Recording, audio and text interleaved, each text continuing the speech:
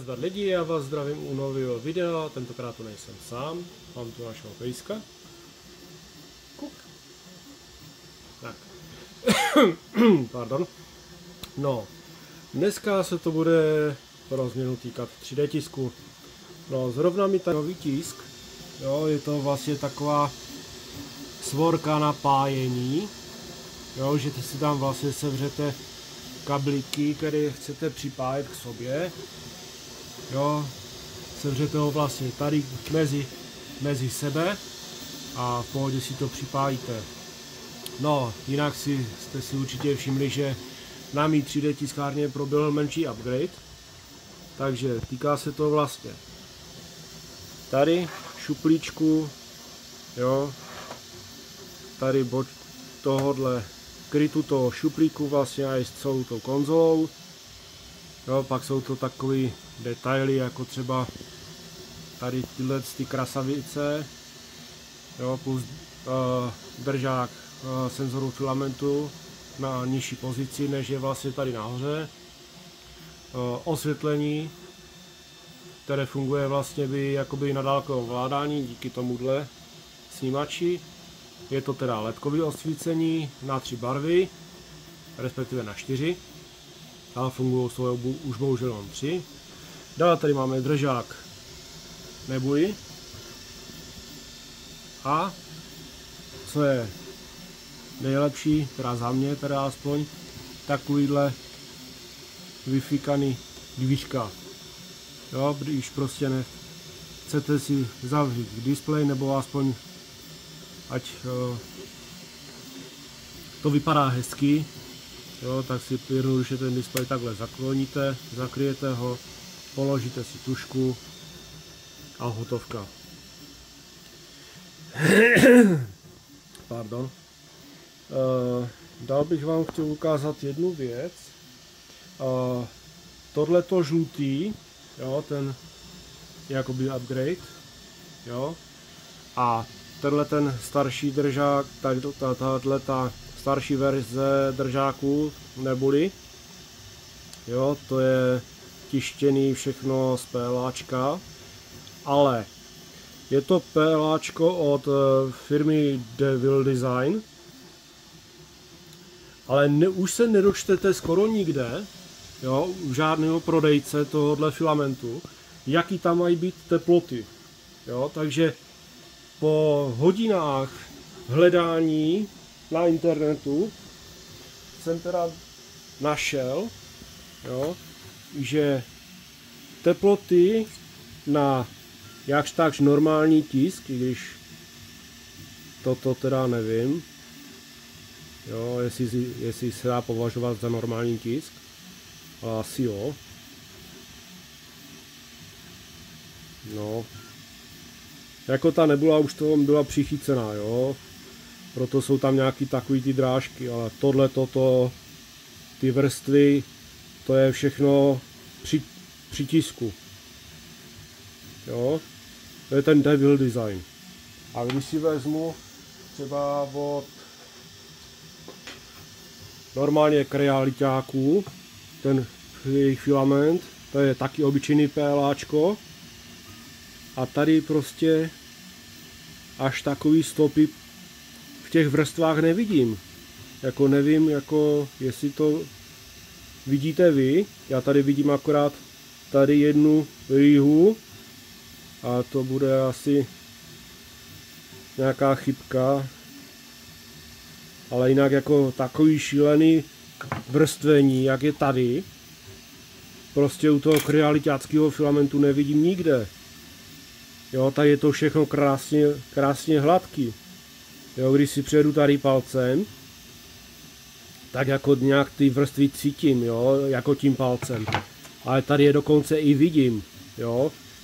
A když si přejedu tím palcem, tak to je strašný. To je skoro jak smrkl papír. Jo, a to ještě nemluvím o jednom vzorku filamentu. Prodává to nějaký 3D Jake nebo tak nějak. Tady vám vlastně můžu ukázat.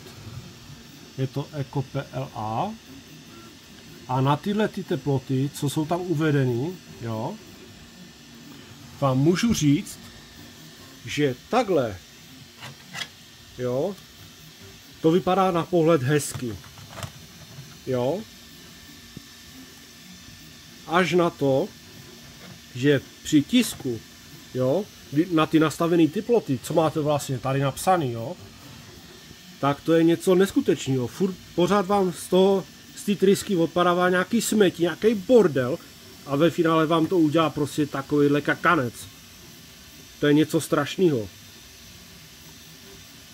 Jo, to jsem si tisknul vlastně ty dvířka vlastně na ten displej, jo, na ten monitor. Ale tohle teda, to je šílený.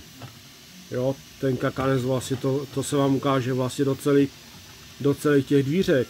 Jako někdo by mohl říct, jo, tak si vytiskní ty dvířka znovu. Jenže, když to tisknete znova a znova, jo, tak vám prostě z té trysky vypadává takový šarný bordel, jakoby spálenina. A to se vám připeče vlastně do toho výsledného tisku a celý tisk se tím znehodnotí. Jako zkoušel jsem i nižší teploty nastavit, jo, třeba, já nevím, plásu 205 na něco, jo, ale to už zase se nespojovalo tak krásně, jo, to už byl fakt extrém, to už ten normálně mohli loupat vrstvu po vrstvě. A 210 stupňů na trysce, to je podobný vlastně jak tady to těch 215, jo. Jako pohledová, když si teda u té 3D tiskárny postojíte a pohlídáte si takovýhle bordel, co vám odpadá z trysek, nebo co vám odpadne z trysky, tak jako výsledek jako bude v pohodě, jo. Ale to fakt musíte u té 3D tiskárny stát a hlídat si to. Jinak to prostě dopadne takhle, což je šílenost. Jo. A to jsem měl vlastně nastavený na 215 stupňů na trysce, 60 stupňů na bedu, jo, a výška vrstvy. Výška vrstvy byla 0,1, jo, tady na tom. Jo, když se podíváte jako detailně, jako ono to vypadá hezky, jo. Ale, jo, to fakt člověk musí u toho stát a hlídat si to. Jinak to fakt dopadne takhle. A to jsem ještě zapomněl u toho Devil designu, jo, jsem si tisknul takovýhle ten šuplíček, co je vlastně tady ten bílej, to už je vlastně z toho realitáckého peláčka. Tak tady ten Devil design, ten žlutý, jo, vidíte to, jo. Kdybych pořádně zabral tady v tom no, skoro v prostředku, jo, tady v tom, tak se mi to odloupne celá vrstva. To už mám vyzkoušený. To už se mi stalo několikrát. Jsem normálně zabral a celá vrstva se mi odloupla jak banán.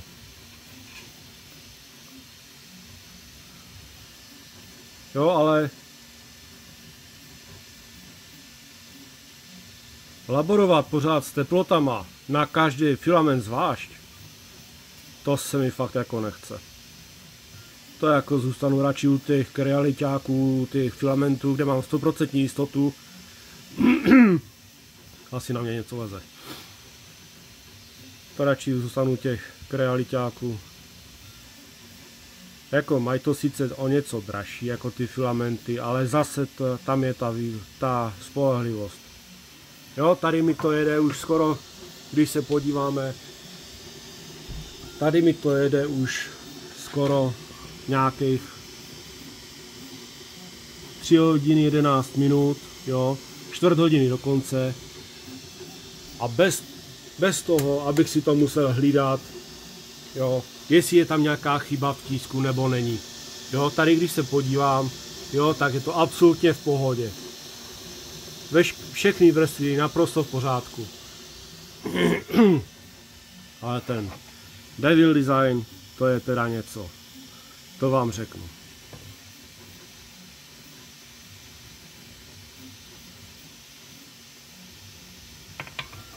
Ale jako je to akceptovatelný, jo, ale nevěřil bych tomu. Jako kdyby to mělo být něco jakoby do domácnosti nebo tak bych tomu až tak nevěřil. Ale jelikož je to jenom takový obyčejný šuplíček, tak ještě budíš. Ale pokud by to mělo být, já nevím, třeba do 3D tištěného modelu, třeba letadla, auta nebo něčeho takového, to teda nevím. Jako já bych do toho nešel. Jako no, je to krásná barva, jo. Ale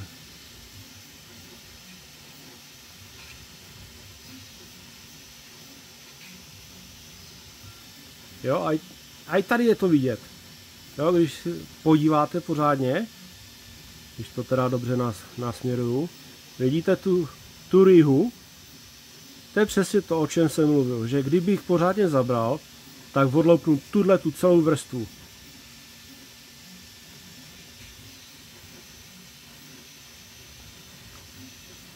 Ale jak říkám, jako, když je to jenom takovýhle dekorativní šuplíček k 3D tiskárně, kde si vlastně nastrkáte tady náhradní trysky, jo, tady třeba nějakou fléšku, tady nějakou paměťovku, plus nějaký takovejhle ještě pořadač k tomu, jo, tak já myslím, že je to akceptovatelný. Ale jak říkám, do nějakého modelu, který by měl nějak fungovat, tak teda nevím. Jako záleží na každém z vás, jo. Já jsem to bral jako jenom na zkoušku, jo. Je to můj subjektivní názor, jo. Záleží na každém z vás, jak by se k tomu postaví. Nebo jestli to akceptuje, tak to je. A jestli máte někdo lepší zkušenosti s EcoPLA od 3D Jake, jo, 3D Jake, EcoPLA, jestli s tím máte někdo lepší zkušenosti než já, tak mi napište, v čem dělám chybu.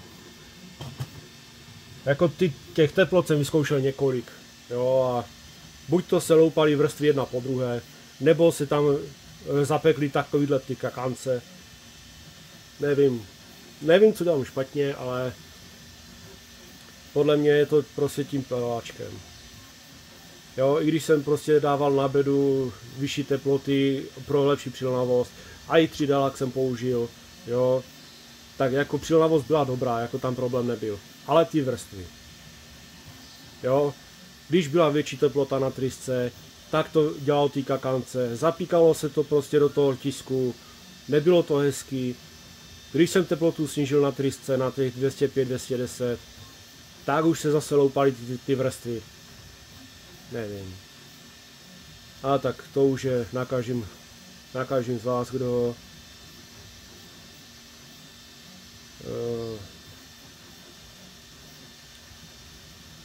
si takhle hraje s 3D tiskárnama. No. Víte, jak to myslím.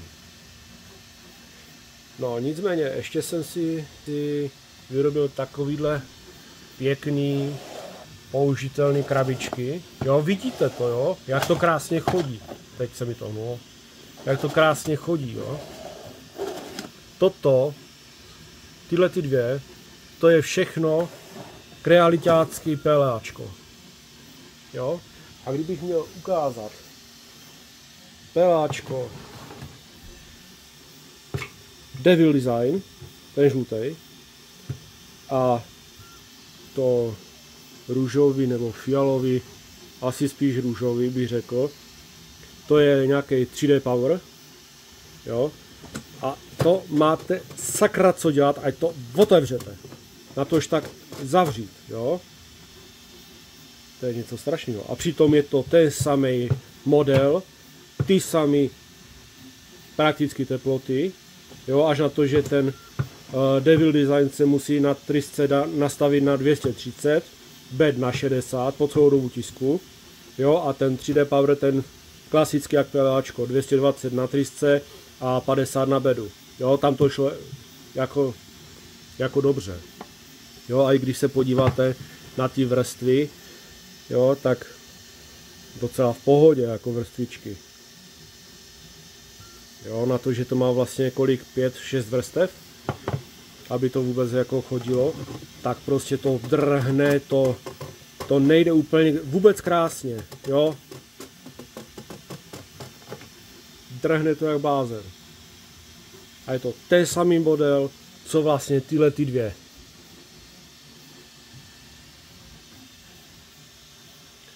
Tak, to by teda bylo z dnešního videa asi všechno. 3D tisku zdar a těšte se na další video. Čau.